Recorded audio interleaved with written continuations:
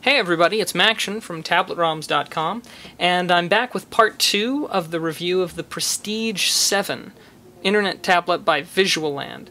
So, I just wanted to, go over a few things.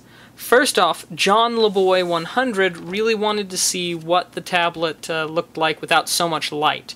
So, I went ahead and shut all the lights off so that you could get an idea of how bright the screen is.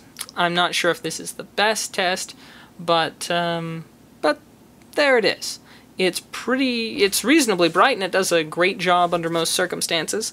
Of course, like anything else, you'll have trouble if you're too far outside. Well, anyway, let's move on to applications. Now, there are various markets. There is, of course, the Google Play Store that we know, and that doesn't work at present on the Visualland. Notice the qualifier. But you can put other app stores on there, like it does come with GetJar. It also comes, you can put on the One Mobile Market, and it should support the Amazon Marketplace. So Netflix, you may notice that I do have that there. And Netflix does experience a small problem where it'll play for a little while and then stop. And then play for a while and then stop. And as far as I'm aware, that's a problem that Visualland is aware of and is working on right now. However, it's not a problem with playing videos because the YouTube app works just great. You may have noticed Super User there. I have rooted this tablet, and if you guys want a root tutorial, just let me know and I'll do what I can to oblige. Now, some of you may be interested in the various benchmarks. Of course, as you can see from the video, it's pretty fluid, and, it works well, it is snappy, but some of the benchmarks, for example, the Antutu benchmark, it was getting about 3,150, the score there, and on Quadrant Standard, about 1,820. It ranged, a little more sometimes, a little less sometimes. But you can use those numbers and compare them to the numbers for other devices to give you an idea of how this stacks up in comparison with them. Alright, well, most of you are going to use this for surfing the web, so we'll open up the browser and take a look. Now, it does, of course, have the Visualland homepage set as home. You can change that, of course. One thing that I hope goes without saying, but I should mention it, is that some websites have more Flash content and more pictures than others, and that, of course, is going to take longer to load.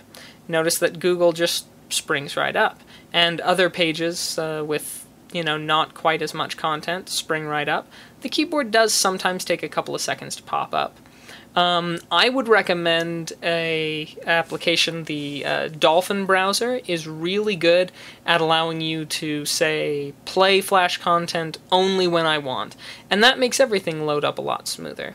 So I indulged my vanity here and went and found out how far down the Google list I was for my YouTube channel, and as a matter of fact, you search Tennies in a Tux, and by goodness, I'm the top hit.